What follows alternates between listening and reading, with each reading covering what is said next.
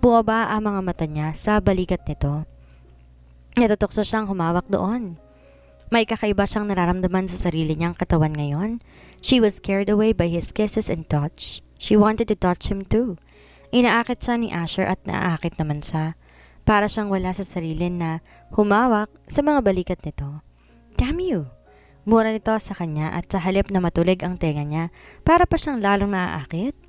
Yumukod to at tinilikan ulit siya sa labi. Hindi siya marunong humalik pero kapag kuwan ay kusang gumalaw ang mga labi niya. Matagal siya habang ito ay mapusok. Tanga siguro siya pero bahala na. His hand went under the hem of her dress and touched her thigh. Malikot ang kamay nito na dumaraan sa bawat parte ng kanyang katawan. Napunta yon sa kanyang dibdib kaya naman napasinghap siya. Hindi niya napigil ang pagkawala ng ungol sa kanyang bibig nang kagatin siya nito sa balikat. It was painful but her body felt pleasure. She liked it. For heaven's sake. Hindi niya alam paano nakapasok ang kamay ni Asher sa loob ng damit niya at ngayon, mainit ng palad nito ang sumasakop sa kabuuan ng dibdib niya. He squeezed it and gently kneaded it. Napapikit siya sa kakaibang pakiramdam na dulot ng kamay nito sa katawan niya. Asher! Wala sa sariling daing niya at saka siya napaliyad. Parang lalo pa nitong dinain ang pagkakahawak sa dibdib niya. Asher licked his lips as he watched Kiana's reaction. Sinasabi na nga ba niya, hindi siya nagkakamali. Mahal siya ni Kiana. Tamang naiisip niyang paraan. Nadaanin to sa santong paspasan ngayon. Pero kung masaktan man niya ito noon, hindi niya ito sasaktan ngayon. He'll be very gentle but quick this time. Gusto lamang niyang masiguro na hindi ito aayaw sa kanya. You like this? Mahalay pang tanong niya at sa kanya lalong pinagigihan ng paghawak sa dibdib nito. She grabbed his shoulder, gently scoring his skin. This will feel much better. Ani niya at mabilis ito na hinubaran. Parang wala ito sa sarili, hindi ininda ang ginawa niya. He raked her body for a very short while. Ayaw niyang bumalik to sa wisyo at pigilan siya. He saw tiny marks on her abdomen. Marks of her pregnancy, perhaps. But he still find her the loveliest. He made it. He was the one liable for it. Nararapat lang na tingnan niya ito sa pinakamagandang paraan matapos itong buntisin. Kahit gusto pa niya itong pagmasdan, wala siya nagawa kundi pigilan ang sarili. He tightly wrapped his arms around her spine again and drew his face closer to her face. Agad niya to hinalikan sa may leeg at ang kamay nasa dibdib nito. Kanina ay nasa may puso na nito ngayon. Asher slid his hand inside her, but Kiana held her wrist to stop her. But he was unstoppable. His fingers glided across her wet feminine part. Napamura siya sa isip nang isiksik niyang lalo ang kamay sa pagitan ng mga hita nito. Let me, ani niya rito. Pikit na pikit ang mata ng dalaga pero sumunod naman sa gusto niya. Napaungol siya nang tuluyang magawa ang gusto habang si Kiana halos tanggalin na ang buhok niya sa higpit ng pagkakahawak sa ulo niya. Ito siguro ang hindi niya nagawa noon, ang samahan sa paggalang ang mga kilos niya. He wanted to say sorry but it might just spoil the moment. Sinarili lamang niya iyon. Binaba ni Asher ang kanyang paghalik hanggang sa makarating na siya sa dibdib ni Kiana. She was now partly opening her eyes to look at him, but he was staring at her face while doing nasty things on her body. Nakagat pa nito ang labi nung dilaan niya ito sa dibdib. He gently bit her nipple which made her arc her body. Bumaba pa siya kapag kuwan at dinilaan niya ito sa dibdib. He gently bit her nipple. Nakalahod na siya sa harapan nito. Walang pagtutol si Kiana nung ibaba niya ang underwear nito. Nakatulala lamang to sa kanya. There was fear in her eyes, but he kissed her abdomen. Paulit-ulit niya itong hinalikan para lamang mapawi ang kung anuman na takot nito. Hanggang sa muli itong kagatin ng labi. It was a hint for him to part her legs this time. Sure he did this a long time ago but he could not remember, and this time, uulitin niya. Asher started licking her womanhood. Napapikit na lang ang dalaga at tumingala. Humawak siya sa buhok nito. His fingers ran across her slit, together with his tongue, until he touched the entrance of her core. He rolled his thumb around and gently slid his middle finger inside. Umani siya ng singhap mula kay Kiana, pero marina nitong kinagat ang labi hanggang sa namilog iyon na para bang naghahabol pa ng hininga at nakatingin sa kanya. Hindi niya na napigil pa ang sarili. Mabilisan niya ang paggalaw ng kamay niya at kinagat ito sa may hita. Kiana was not able to suppress her scream this time. So, he smiled. Ilang segundo nga lamang ay naramdaman niya na nilabasan ito kaya't agad na siyang tumayo. She was screaming his name and he found it so satisfying. He covered her mouth with his palm and breathed in her forehead. Shh! This isn't soundproof. Nakangisi niyang sabi at parang nahihiya naman tong napakapit sa kanya. She was already writing in his arms. Her fear was gone. She surrendered and did not consider herself as a rape victim anymore. He held his manhood this time and rubbed it against her womanhood. He has to take her fast. Delikadong mawala ng kanyang dalang alindog. Baka itaboy na siya nito, wala pa man lang maiiwan na si Mila ulit. Nakatayo lang ba ako? Sa wakas ay naging tanong nito sa kanya. Sorry babe, but yes, sa sunod na lang ako iibabaw. Mabilis pa niyang sagot. Napaawang ang labi nito sa kanya pero sinimulan niya ang paggalaw. He is not small but she can take him. Do not be afraid of me. Ano niya pa rito? Sunod-sunod na naging pagmura ni Asher. Malamang ganito rin ang pakiramdam niya noon kaya't ang isip ito binaboy niya. He was a beast in bed but he is still a beast. Only that he has a control at this time. Ang goal, buntisin to ulit at hindi ang pagsawaan. What the? Mura niya nung halos isagad niya ang sarili. Gumalaw siya habang hawak ito sa balakang at may isang binti na nakataas sa may gilid niya. Ayoko. Kiana murmured so he paused. Ayaw mo. Nag-aalalang tanong niya rito. He curved his body and moved slowly, thrusting in and out. Look at me. Ayaw mo? Utos niya sa dalaga at tumingin sa kanya. Tila nalilito ito sa isasagot kaya tumaas ang isang sulok ng labi niya. Nagpatuloy siya na yumakap ito na mahigpit sa mga balikat niya. He met her lips and kissed her passionately while pounding her. He feels because she's becoming too tight. Magsasabay sila at alam niya, lalo siyang napamadali. Mas inigihan pa niya ang kanyang paggalaw ng balakang hanggang sa kusang takpan na ni Kiana ang sarili niyang bibig. Asher? Muli nitong sambit sa pangalan niya. Nakatingin lamang ito sa kanya. Ngumiti lamang siya rito pero umungol ito sabay ng pagpikit kaya naman para na siyang sinilaban. Abuti ng sukdulan niya. For the second time, she trembled and collapsed in his arms as her walls tightened and softened around his dick. His manhood was also pulsating inside her after his release. Unang beses yon pagkatapos ng ilang buwan at kay Kiana lahat. Walang iba. Tulala si Kiana sa bubong ng bahay. Ngayon, nag-sink in ang lahat sa kanya ang mga nangyari. Sumulyap siya sa orasan. It's been almost 4 hours since Asher came inside her room and she just gave herself to him without having second thoughts. Yes, she did. Hindi ito agad natapos. Sa una, masuyo ito pero nang tumagal, nag-iba na. He was wild and just like the first time, there were marks on her skin again. Ganon siguro talaga si Asher. Nasilip niya ang dibdib the first time. There were marks on her skin again. Mabilis na nagmansa ang balat niya kahit na konti kagat lamang. Ang pagkakaiba nga lamang hindi para usan ang pakiramdam niya. Ngayon, na para bang nilabasan lalo ng init ng katawan. Agad pang napatakip siya sa mukha. Ano lang ang sasabihin ni Asher sa kanya? May sasabihin ba ito? Nakakahiya. Mahinang sagot niya at marahas na umiling. There is nothing to be ashamed of, babe. Anito sa tabi niya at kaya tumingin sa kanya.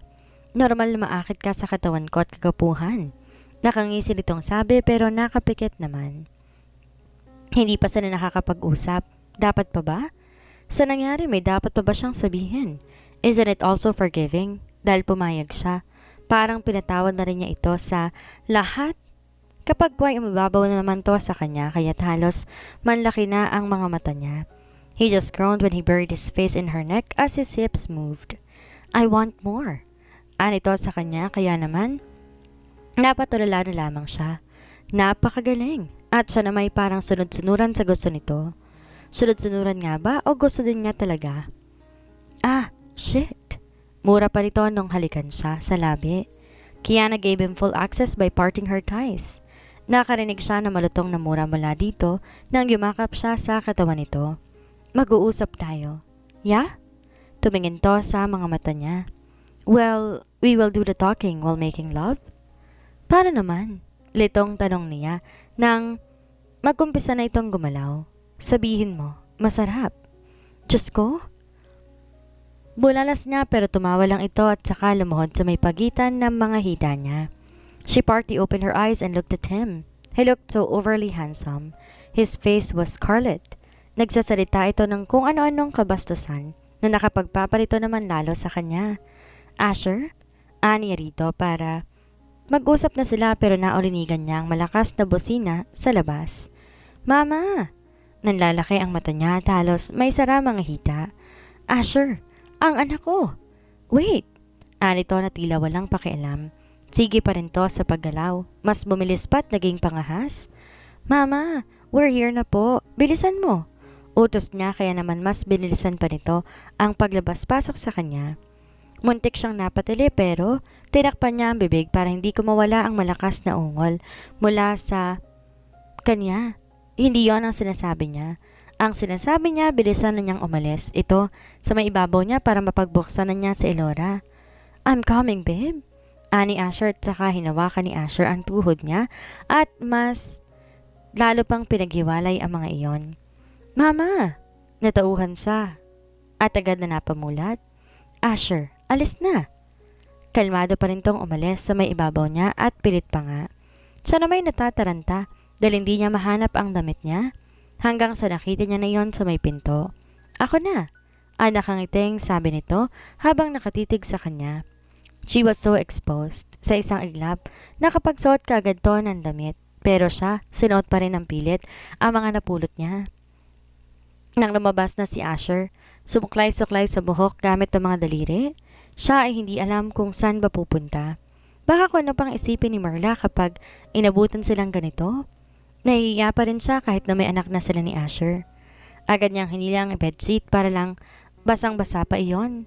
Rumerehistro sa isip niya ngayon ang pangyayari. Baka mabuntis ulit siya. Parinindigan pa ba siya ni Asher? Pinalitan niya ang sapin at mga punda ng unan para lang kunwari may ginagawa siya. Mama! Masiglang sabi ni Elora sa kanya kaya naman napalingon siya. Karga ito ni Asher. Hi anak! Pinilit niya na huwag mautal. Mama, kilala ko po si Tita Butterfly. Tapos na po si Tita Ading, Tita Mona, Tita Ganda, tsaka po si Tita Pangit. Tapos nakita ko po si Lolo doon sa maliit na simbahan. Naandun po si Lolo sa loob ng house nila. Gusto ko po ng ganon. Mama, para hindi po na rin sa loob ng house kapag umuulan. She smiled but was a bit sad. Oo, kapag nakasakay na si Mama sa barko, papagawa tayo ng ganong house. Aware na si Elora sa mga nangyayari sa paligid.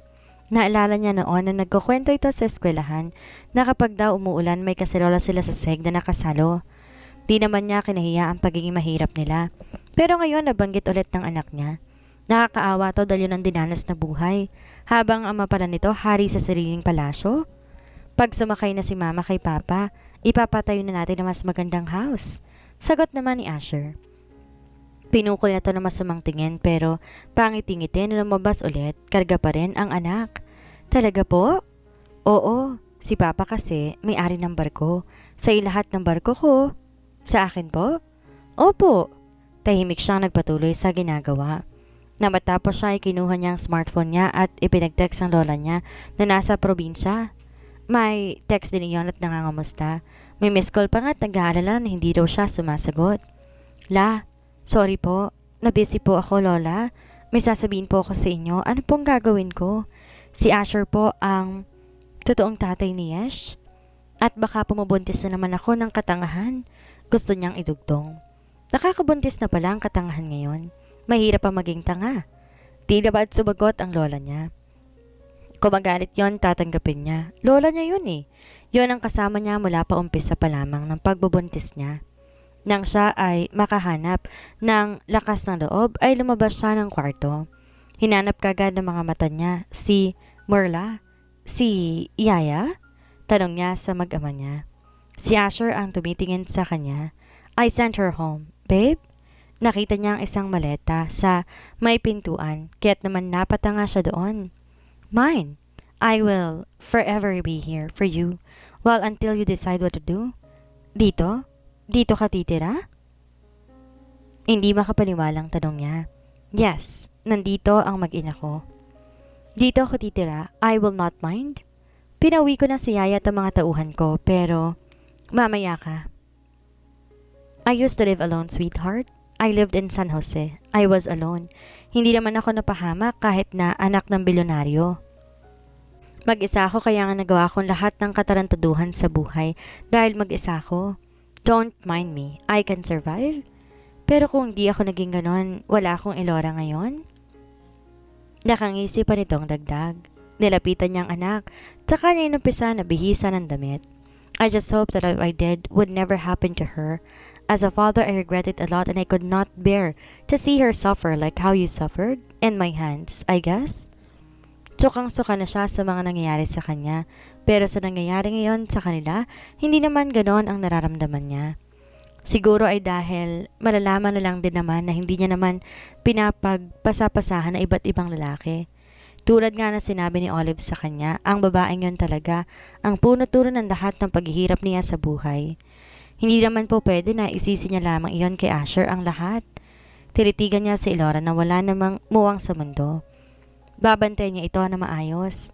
Di naman sa hindi niya nabantayan ang lola niya ngayon eh. Siguro kahirapan talaga nagturo sa kanya para humanap ng paraan para makatulong sa pagpapaaral sa kanya.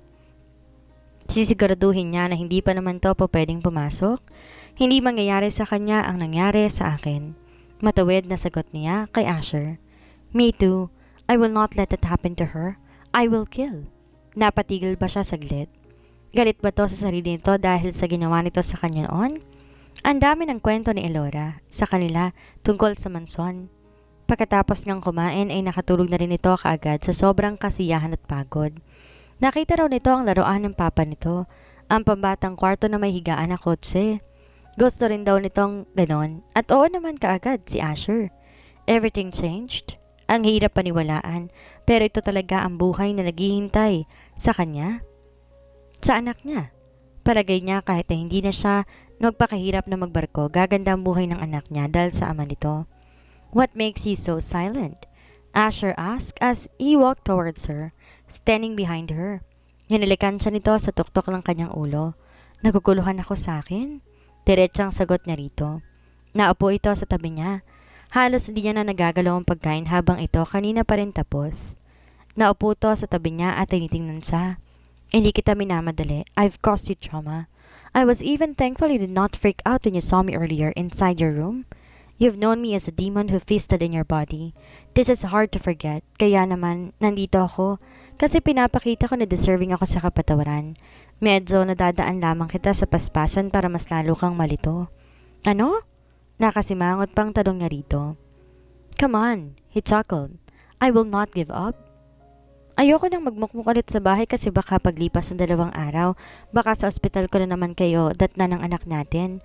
I've learned from it. Kahit hindi mo ako kibuin basta't kung nasaan kayo, nandun din ako. Dito tayo. Anito pang lumabi at sumulyap kay Elora. Napatigil sila parehas na may nahulog na kung ano sa likod bahay. Napapitlag pa siya. Ngayon naman kabilis ang reflexes ni Asher na napatayo kaagad. Pusa? Naman niya nang makabawi. Baka nang huhuli ng daga. Tumango naman to sa kanya at saka naupo ulit. Inumpisa niyang galawin ulit ang pagkain niya pero nakahalik agad si Asher sa balikat niya. What? Mura nito. Gusto ko ulit. Masakit na. Masungit na sagot niya pero tumawa lamang ito. Bukas na lang. He said again but she did not answer.